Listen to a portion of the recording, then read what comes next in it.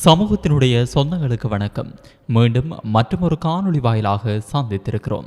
வளைகுடா பிராந்தியம் இன்று ஒரு உலகளாவிய பொருளாதார பேரிடரின் மையப்புள்ளியாக மாறியுள்ளது. ஈரான் மற்றும் இஸ்ரேல் இடையேயான போர் 22வது நாளை எட்டியுள்ள நிலையில் போர் இப்போது இராணுவ தளங்களை தாண்டி பொதுமக்களின் வாழ்விடங்கள் மற்றும் உலகளாவிய நிதி மையங்களை நோக்கி நகர்ந்துள்ளது.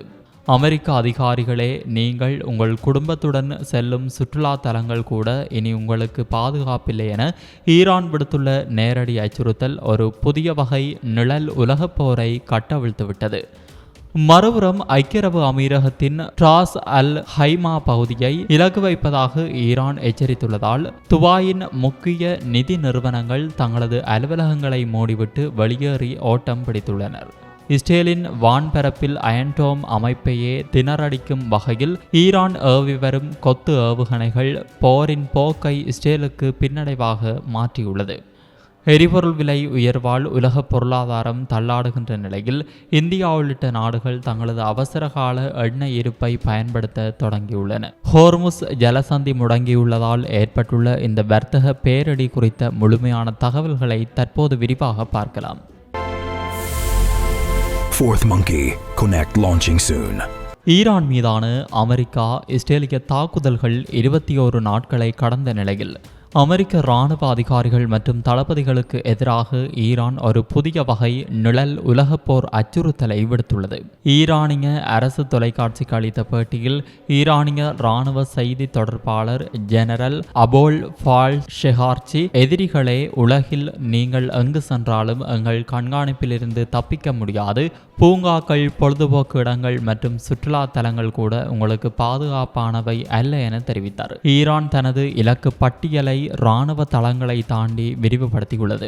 அமெரிக்க அதிகாரிகள் மற்றும் தளபதிகள், போரை வழிநடத்தும் முக்கிய தலைவர்கள், விமானிகள் மற்றும் கொடிய வீரர்கள், ஈரானில் குண்டுமலை பொழிந்த போர் விமானிகள், இவர்கள் குடும்பத்துடன் செல்லும் சுற்றுலா தலங்கள் மற்றும் பொழுதுபோக்கு மையங்கள் ஆகிய இடங்களை இலக்காக கொண்டுள்ளன. சமீபத்திய தாக்குதல்களில் ஈரானின் உச்ச தலைவர் அயதுல்லா அலி ஹமேனி உள்ளிட்ட உயர்மட்ட தலைவர்கள் கொல்லப்பட்டனர். இதற்கு பழிவாங்க போர் நடக்கும் பகுதிக்கு அப்பால் உள்ள அமெரிக்க அதிகாரிகளை தனிப்பட்ட முறையில் பின்தொடர்ந்து தாக்க ஈரான் திட்டமிட்டுள்ளது.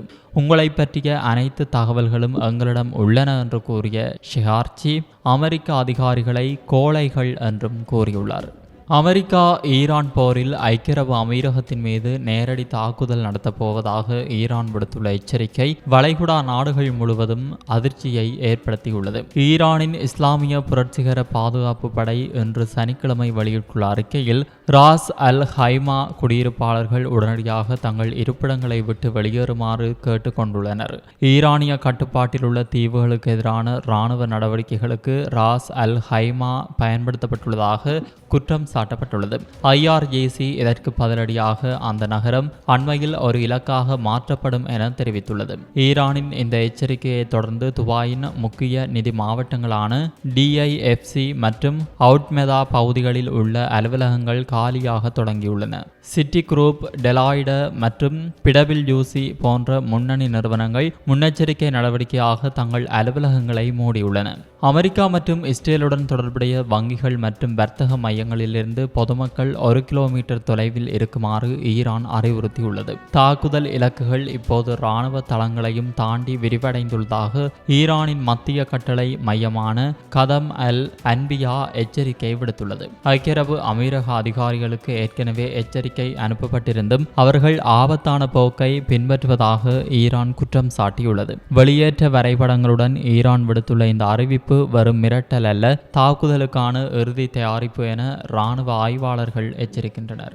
வளைகுடா போர் உலகளாவிய எரிசக்தி சந்தையை நிலைகுலைய செய்துள்ள நிலையில் இப்போது ஒவ்வொரு நாடும் தங்களது எரிபொருள் விநியோகத்தை பாதுகாக்க போராடுகின்றன. பெட்ரோல், டீசல் விலை உயர்வால் பொருளாதாரம் சீர்குலைவதை தடுக்க அரசாங்கம் எடுத்து வரும் அதிரடி நடவடிக்கைகள் என்ன? எண்ணெய்க்காக உலகம் இப்போது மாரத்தான் ஓடிக்கொண்டிருக்கிறது. போர் சூழல் உலகளாவிய எரிசக்தி விநியோக சங்கிலியை துண்டித்துள்ளது. இதனால் ஏற்படும் கடுமையான பற்றாக்குறையிலிருந்து தப்பிக்க உலக நாடுகள் கீழ்கண்ட முக்கிய நடவடிக்கைகளை எடுத்து வருகின்றன. அவசர காலத்திற்காக சேமித்து வைக்கப்பட்டிருந்த எண்ணெய் கையிருப்பு பல நாடுகள் இப்போது வெளியேற்றப்பட்டுள்ளன. அமெரிக்கா, சீனா மற்றும் இந்தியா உள்ளிட்ட நாடுகள் அவசர காலத்திற்காக சேமித்து வைத்திருந்த தங்களது மூலோபாய பெட்ரோலிய இருப்பை சந்தைக்கு கொண்டு வந்துள்ளன. இது விலையேற்றத்தை ஓரளவுக்கு கட்டுப்படுத்தவும் உடனடி தேவையை பூர்த்தி செய்யவும் உதவுகிறது. இறக்குமதி வரி குறைப்பு முதல் அத்தியாவசிய தேவைகளுக்கு மட்டும் எரிபொருள் என்ற கட்டுப்பாடு வரை பல அதிரடி மாற்றங்கள் அரங்கேறி வருகின்றன. வளைகுடா நாடுகளை சார்ந்திருப்பதை தவிர்க்க நாடுகள் மாற்று வழிகளை தேடி வருகின்றன. ஆப்பிரிக்கா மற்றும் லத்தீன் அமெரிக்க நாடுகள், நைஜீரியா, பிரேசில் போன்ற நாடுகளிடமிருந்து கச்சா எண்ணெயை பெற புதிய ஒப்பந்தங்கள் போடப்படுகின்றன. பல நாடுகள் தங்களது சொந்த பகுதிகளில் எண்ணெய் அகழ்வாராய்ச்சியை தீவிரப்படுத்தியுள்ளன. அரசாங்கங்கள் நேரடியாக பொதுமக்கள் மற்றும் போக்குவரத்து துறையில் தலையிட்டு வருகின்றன. பெட்ரோல், டீசல் மீதான இறக்குமதி வரி மற்றும் வட் வரிகள் தற்காலிகமாக குறைக்கப்பட்டுள்ளன. இந்த நெருக்கடியை சாதகமாக்கி மக்களை மின்சார வாகனங்கள், புதுப்பிக்கத்தக்க எரிசக்திக்கு மாற்ற அரசாங்கம் ஊக்குவித்து வருகின்றன. ஹோர்முஸ் ஜலசந்தி தொடர்ந்து முடக்கப்பட்டால் இதற்கு தற்காப்பு நடவடிக்கைகள் ஒரு குறிப்பிட்ட காலம் வரை மட்டுமே பலன் தரும். நீண்டகால தீர்வாக மாற்று எரிசக்திக்கு மாறுவதை தவிர வேறு வழியில்லை என உலகளாவிய எரிசக்தி வல்லுநர்கள் கருத்து தெரிவிக்கின்றனர். ஹார்முஸ் ஜலசந்தி நாளைக்கே திறக்கப்பட்டாலும் அதன் பாதிப்பிலிருந்து உலகம் மீண்டல பல மாதங்கள், ஏன் பல ஆண்டுகள் கூட ஆகலாம் என சர்வதேச வர்த்தக நிபுணர்கள் எச்சரிக்கை விடுத்துள்ளனர். ஹார்முஸ் ஜலசந்தி தற்காலிகமாக திறக்கப்பட்டாலும் அது பழைய வேகத்தில் இயங்காது என அவர் குறிப்பிட்டுள்ளார். இதற்கான முக்கிய காரணங்களை பார்த்தோமானால், நிறுவனங்களின் வெளியேற்றம், குறிப்பாக மெர்ஸ்க், MSC, ஹபாக்லைட் போன்ற ஜாம்பவான் நிறுவனங்கள் ஏற்கனவே தங்களது கப்பல் வழித்தடங்களை மாற்றிவிட்டன மற்றும் கூடுதல் செலவுகள், அதாவது நீண்ட தூரம் சுற்றி செல்வதால் ஏற்படும் எரிபொருள் மற்றும் நேர விரயம் தவிர்க்க முடியாதது. இதற்கு செலவுகள் இறுதியில் நுகர்வோர் மீதே சுமத்தப்படும். கடந்த 3 வார நிகழ்வுகள் ஒரு கசப்பான உண்மையை உலகுக்கு உணர்த்தியுள்ளன. ஜலசந்தியை முடக்க ஈரான் அதை முழுமையாக கட்டுப்படுத்த வேண்டிய அவசியமில்லை. கடல் கண்ணிவடிகள், ஆளில்லா விமானங்கள், ஏவுகணை அச்சுறுத்தல்கள் இவை இருந்தாலே காப்பீட்டு நிறுவனங்கள் மற்றும் கப்பல் உரிமையாளர்கள் அந்த பாதையை பயன்படுத்த பயப்படுகிறார்கள். இந்த அச்சத்தை போக்கி மீண்டும் நம்பிக்கையை உருவாக்க பல ஆண்டுகள் ஆகலாம். போக்குவரத்து செலவுகள் அதிகரிப்பதன் காரணமாக சர்வதேச சந்தையில் கச்சா எண்ணெய் மட்டுமல்ல, அத்தியாவசிய உணவுப் பொருட்கள் மற்றும் மின்னணு சாதனங்களின் விலையும் உயர வாய்ப்புள்ளது. இது உலக அளவில் ஒரு பொருளாதார மந்த நிலையை உருவாக்கலாம் என அஞ்சப்படுகிறது. இதேவேளை அமெரிக்க அதிபர் டொனால்ட் ட்ரம்ப் ஈரான் போர் மற்றும் ஹார்முஸ் ஜலசந்தி முடக்கம் குறித்து இன்று வெளியிட்ட கருத்துக்கள் சர்வதேச அளவில் பெரும் விவாதங்களை உருவாக்கியுள்ளன. வெள்ளை மாளிகையிலிருந்து பாம் பீச்சுக்கு புறப்படும் முன் செய்தியாளர்களிடம் பேசிய ட்ரம்ப், ஹார்முஸ் ஜலசந்தியை திறப்பது ஒரு சிக்கலான காரியம் அல்ல என தெரிவித்தார். இது ஒரு எளிய இராணுவ நடவடிக்கை. ஒரு குறிப்பிட்ட கட்டத்தில் அந்த நீர்ச்சந்தி தானாகவே திறக்கும் என்று அவர் கூறினார். இருப்பினும் அது எவ்வாறு நடக்கும் என்பது குறித்து அவர் விரிவான விளக்கம் அளிக்கவில்லை. இந்த விவகாரத்தில் அமெரிக்காவிற்கு உதவ முன்வராத நட்பு நாடுகளை கடுமையாக குற்றம் சாட்டியுள்ளமையும் குறிப்பிடத்தக்கது. ஜலசந்தியை திறக்க நேட்டோ உதவ முடியும், ஆனால் இதுவரை அவர்களுக்கு துணிச்சல் வரவில்லை என குற்றம் சாட்டியுள்ளார்.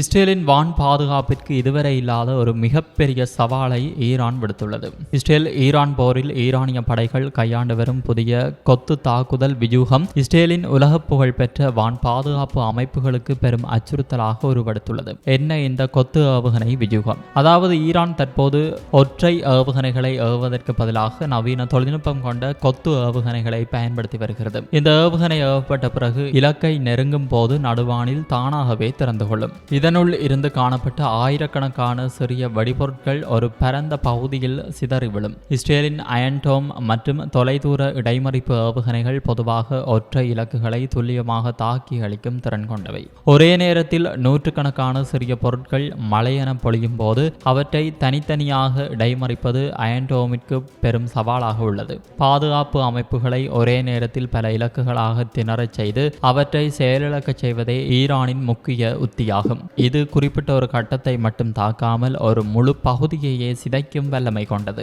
கடந்த 24 மணி நேரத்தில் இஸ்ரேலின் எல்லை பகுதிகளில் இதுபோன்ற தாக்குதல்கள் அதிகரித்துள்ளதாக தகவல்கள் தெரிவிக்கின்றன. இஸ்ரேல் ராணுவம் தனது வான் பாதுகாப்பு அமைப்புகளை மேம்படுத்தும் முயற்சியில் ஈடுபட்டுள்ளது. இருப்பினும் ஈரானின் இந்த தொடர் தாக்குதல் வியூகம் இஸ்ரேலிய படைகளை தற்காப்பு நிலைக்கு தள்ளியுள்ளது. இத்துடன் இந்த பதிவானது நிறைவுக்கு வருகிறது. இந்த பதிவு பற்றிய உங்களின் கருத்தை கமெண்ட்ஸ் பக்கம் வாயிலாக பதிவிடுங்கள். மீண்டும் மற்றொரு காணொளி வாயிலாக சந்திப்போம். நன்றி, வணக்கம். இது போன்ற பல செய்திகளை தெரிந்து கொள்ள நம்முடைய சமூக மீடியா யூடியூப் சேனலை சப்ஸ்கிரைப் செய்து அருகிலுள்ள பெல் பட்டனை கிளிக் செய்யுங்கள். மேலும் செய்திகளை உடனுக்குடன் தெரிந்து கொள்ள சமூகமீடியா.com என்ற இணையதளத்தின் வாயிலாக எங்களுடன் இணைந்திருங்கள்.